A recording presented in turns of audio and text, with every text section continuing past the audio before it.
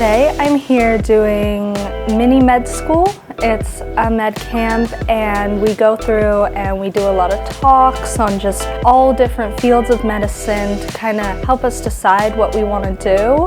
And we're also working on our techniques. We just finished suturing portion where we were working on stitches.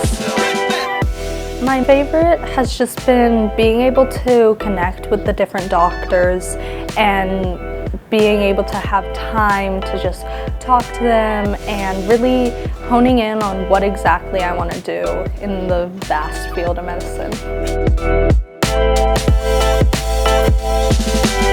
If you aren't really sure what you want to do yet, but know you want to do medicine, this is for sure the course for you, because it really just gives you an idea of what everything is like, what the differences are, and what you can be doing, and lets you do a hands-on experience to figure out what you want to do.